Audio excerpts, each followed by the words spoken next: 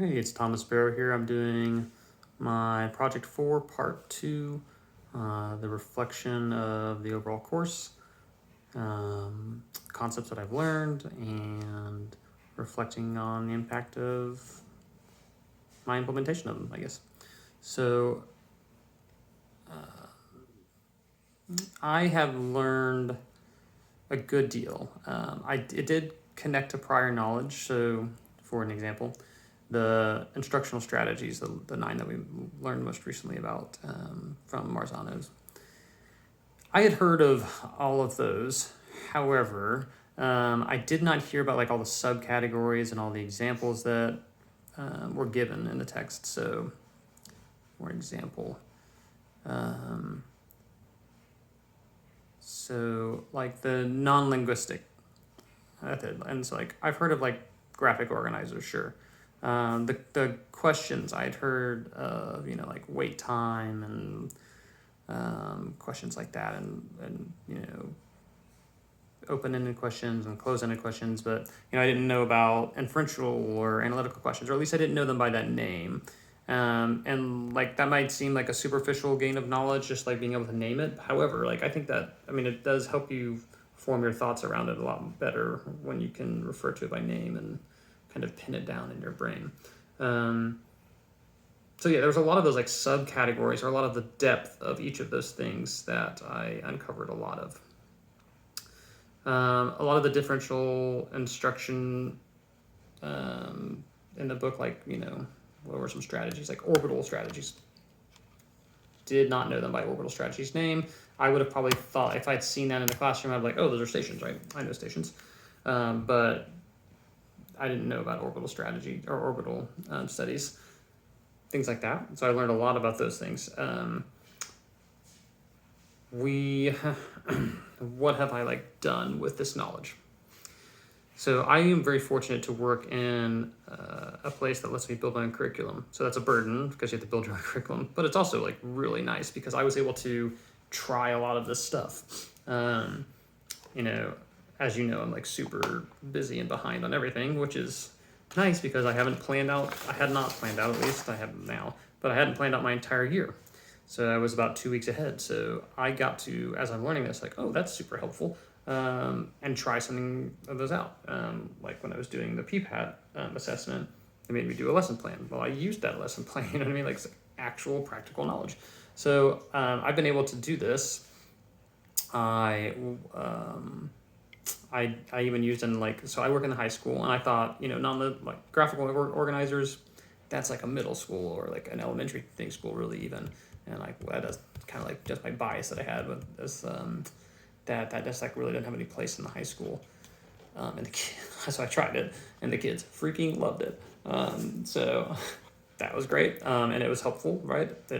They definitely, it definitely was a good thing for them, and increased their learning for sure. Was a graphic art, and many of them asked me for it again, so I used it again.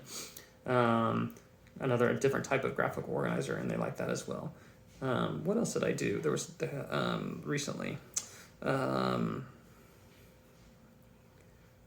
Oh my gosh, I did do a stations one. That wasn't recently, but I did do a stations.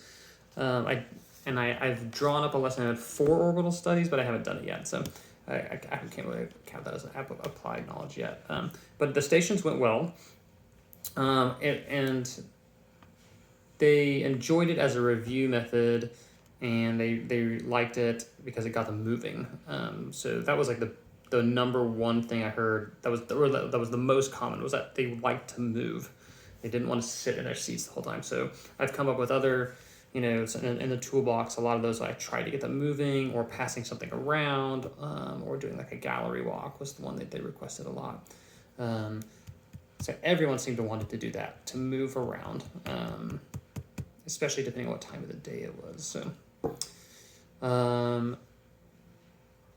I had set goals to use like all of these instructional strategies in each unit. That was a mistake. I learned that as I was trying to plan the last unit out. It's just too much, and it was a bias that I had. That's like, hey, using as many of these as possible is going to be the best because it'll vary. Variety is good. I think it even said that in one of the quotes you had in this assignment. maybe it was in the toolbox one. Yeah, it says variety, so variety is good. This is like a quote. It might be your quote. Or it might be Mehigan's. Mehigan, I'm not sure. Anyway, so I was thinking, the more the better. The more variety, the better. So I think that was a mistake, or at least user error on my part. I thought that was too important, and I wasn't choosing instructional strategies like specific to either the kid, the student, or to the content. And I was just like trying to check the box basically, of like, yeah, I need to like try an orbital study, right? So I need to try stations, or I need to whatever, try a graphical organizer. And while some of them turned out great, like the graphical organizer and the stations was okay, some of them were just like, meh, right? They clearly didn't get out of them what they could have, the effectiveness out of it. So yeah, so I need to like be more intentional about why I'm choosing each instructional study, making sure that it fits the task and the student or students specifically. So that's something I definitely learned as I was trying to apply this stuff, and something I kind of like just was reflecting on myself with the area of growth, and it also like kind of there's a little bit of critique on myself. So the impact overall is great when I do that, when I choose it appropriately. But I think the impact fails a bit when it's user error. And so I think I was just like not choosing them well enough. I will say like the last 2 weeks that we have in school here is going to be a great time for me to be like a sandbox and play around with these things a bit more, which I've designed to do. So, a lot of this stuff is new to me, especially like the deeper, more specific examples of all those different instructional strategies. So I've drawn up like a lot of different kind of like lesson plans, which you'll see some of them are in my toolbox. Some of those are just like things I had ideas from the future. Some of them are things that everybody knows about, like the popcorn thing. But some of them are pretty interesting, and I want to try this last 2 weeks because we're done covering our standards, which is insane to me. I guess that's what happens when you don't have COVID. So we're done covering our standards, and I get to just play around a bit and teach them interesting, fun things that they want to learn about. So I get to engage in them with their passions more, and I get to like try out these new fun things. And again, that's very because I work at the place I do, right? Which just allows me to make my own curriculum and do that. So I'm going to learn a lot these next 2 weeks, kind of implementing more of these and seeing what works and what doesn't work, because there are definitely some falling flat on my faces, and that's okay. It's learning, right? So it's been really good, and I have not typically assigned homework. So that last one about purposeful homework, I'm going to try to come up with some innovative homework ideas that are not typical of what I have been doing these next 2 weeks, and seeing if I can make something fun that they actually want to do. I did do projects as homework. That went well. I had them do a hot air balloon project. And some of them really latched onto it, and some of them really didn't care at all to do it at home. So I think that was a passion-based connection. So I think I need to like abstract that a little bit or generalize that to make the like project more voice and choice for the student, to make it differentiated to them. So they latch onto that, because the ones that did like the hot air balloon like really went to town with it over at home. So man, I know I haven't cited like 5 sources, but probably only 2 or 3, and not even like really well. That's been like a really tough time for me, especially with my internet out now and stuff. Self-criticism about like me in the course as a student, not the best student. Definitely could have done better.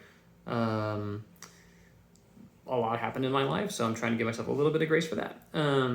But I think I took away the core of the class, which is to learn these materials and to give me tools to help students in the classroom and to make me a more effective teacher, which it already has. And I think once I like really get to play around with these tools more over the next 2 weeks, it definitely will. I will learn a lot that way. So thank you for sticking with me and for giving me grace as well, and for choosing some like appropriate practical textbooks, which I appreciate, and the readings.